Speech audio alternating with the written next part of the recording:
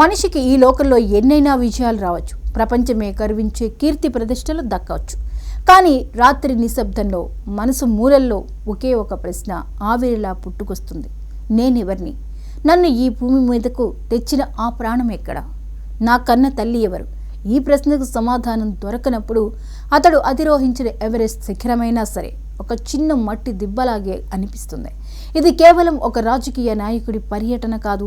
తన అస్తిత్వం కోసం, తన తల్లి స్పర్శ కోసం ఒక కొడుకు చేస్తున్న దశాబ్దాల కాలపు ఆవేదన. ప్రపంచాన్ని జయించిన వారైనా తన మూలాలను వెతుక్కునే ప్రయాణంలో కన్న తల్లి జ్ఞాపకం ముందు మోకాళ్ల మీద నిలబడక తప్పదు. నెదర్లాండ్స్లోని హెమ్సెడ్ నగరానికి మేయర్గా హోదాను, గౌరవాన్ని పొంది రాజ్యాన్ని గెలిచాడు ఫల్గున్ బెండెండెక్. కానీ మనసు మూలల్లో ఇప్పటికీ ఆ పాత జ్ఞాపకం మంటలా రగులుతూనే ఉంది. అమ్మా, నేనెక్కడున్నా నీ బిడ్డనే అని గుండె నిండా ఆవేదనతో ఆయన చేస్తున్న ఈ దేశాంతర ప్రయాణం చూస్తుంటే కళ్ళు చెమర్చక మానవు.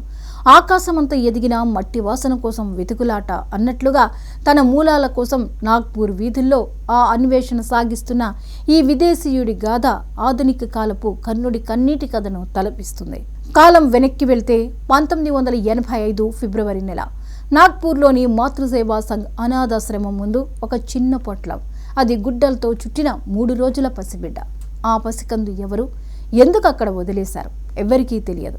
దాదాపు 6 గంటల పాటు ఆ బిడ్డ ఆకలితో, గాలితో గొంతు చించుకుని ఏడుస్తూనే ఉన్నాడు.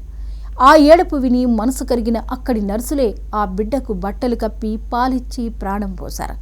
ఆ బిడ్డ పుట్టిన హిందూ మాసాన్ని బట్టి ఫల్గున్ అని పేరు పెట్టారు. ఆ పేరే అతనికి మిగిలిన ఏకైక భారతీయ గుర్తు. కన్నతల్లి ఎవరో తెలియదు గాని ఒక అపరిచిత నర్సు పెట్టిన పేరుతోనే ఆయన జీవితం మొదలైంది.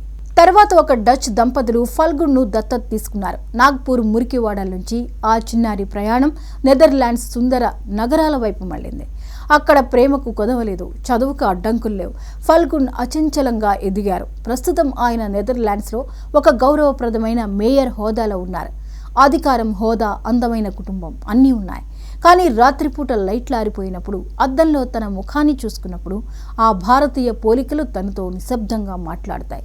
నీ అమ్మ ఎక్కడా, ఆమె ఇప్పుడు ఎలా ఉంది అని ఆయన మనసు ప్రశ్నిస్తూనే ఉంటుంది. రంగు మారినా, దేశం మారినా లోపల ప్రవహించే రక్తం మాత్రం భారతీయుడే అని గుర్తు చేస్తూనే ఉంటుంది. మహాభారతంలో కర్ణుడు ఎంతటి వీరుడైనా లోకమంతా అతని శక్తిని గుర్తించినా తన తల్లి కోసం తపన పడేవాడు. నేడు ఫల్గున్ పరిస్థితి కూడా అదే. ఆయన తన పేరులోని అర్థాన్ని వెతుక్కుంటూ కర్ణుడితో తనను తాను పోల్చుకుంటారు. నన్ను వదిలేసినందుకు నా తల్లిపై నాకు కించిత్తు కూడా కోపం లేదు. లోకం వేసే నిందలకు భయపడవు, లేక నా భవిష్యత్తు బాగుండాలను ఆమె ఆనాడు భారమైన హృదయంతో ఆ నిర్ణయం తీసుకుని ఉంటుంది. ప్రతి కర్ణుడికి తన కుంతిని కలుసుకునే హక్కు ఉంది అని ఆయన చెప్పే మాటలు వింటే రాయి కూడా కరుగుతుంది. దత్తత తల్లిదండ్రులు ఎంత ప్రేమగా చూసుకున్నా కన్నతల్లి గర్భంలోని వెచ్చదనం కోసం ఆయన వెతుకులాట ఆగలేదు. ఫల్గున్ ఇప్పటికే 3 సార్లు నాగ్పూర్కి వచ్చారు.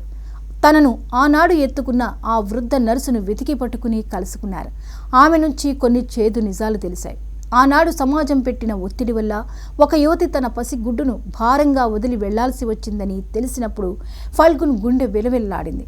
తన తల్లి పట్ల గౌరవంతో తన కూతురికి కూడా తన భారతీయ తల్లి పేరునే పెట్టుకున్నారంటే ఆ మాతృమూర్తి పట్ల ఆయనకు ఎంతటి అనురాగం ఉందో అర్థం చేసుకోవచ్చు. ఆ తల్లికి తన ఉనికి తెలియకపోయినా ఈ కొడుకు మాత్రం తన సంతతికి ఆమె పేరునిస్తూ తన మూలాలను గౌరవిస్తున్నాడు. ఆయనకు ఒకే ఒక కోరిక ఉంది. అమ్మా, నీవు నన్ను వదిలేసినందుకు అపరాధ భావంతో కుంగిపోవద్దు. చూడు, నేను బాగున్నాను, ఒక దేశంలో ఉన్నత స్థాయిలో ఉన్నాను. నీ నిర్ణయం వల్లే నేను ఇక్కడ ఉన్నాను. నీవు నాకు జన్మనిచ్చావు, అది చాలు అని ఆమె చేతులు పట్టుకుని చెప్పాలని ఉంది. తన తల్లికి ఇప్పుడు వేరే కుటుంబం ఉండవచ్చని, తన అన్వేషణ వల్ల ఆమె ప్రస్తుత జీవితం ఇబ్బందుల్లో పడకూడదని ఆయన చాలా జాగ్రత్త పడుతున్నారు. ఒకవేళ ఆమె సామాజిక కారణాల వల్ల బయటకు రాలేకపోతే అవసరమైతే ఎవరికీ తెలియకుండా రహస్యంగానైనా సరే ఆమెను కలిసి కౌగిలించుకోవాలని ఆయన తపన పడుతున్నారు. ప్రపంచం దృష్టిలో ఆయన ఒక శక్తివంతమైన మేయర్ కావచ్చు, కానీ అమ్మ జ్ఞాపకాల ముందు ఆయన ఇప్పటికీ నాగ్పూర్ అనాథాశ్రమంలో ఏడ్చిన ఆ 3 రోజుల పసికందే. ఆ కుంతి ఎక్కడున్నా ఈ కర్ణుడు ఆమె ఆశీస్సుల కోసం వేచి చూస్తూనే ఉన్నాడు. కన్న ప్రేమకు ఖండాంతరాలు భేదాలు లేవని, రక్తం పంచుకున్న బంధం ఎన్నటికీ తెగిపోదని ఫల్గున్ కథ నిరూపిస్తోంది. ఆ తల్లి కొడుకులు కలిసే రోజు త్వరలోనే రావాలని, ఆ మేయర్ మనసులోని ఖాళీ అమ్మ ప్రేమతో నిండాలని మనం కూడా ఆశిద్దాం. ఈ కథ కేవలం ఒక వ్యక్తిది కాదు, తన మూలాలను వెతుక్కునే ప్రతి అనాథ బిడ్డ ఆవేదనకు ఇది ఒక నిలువుటద్దం.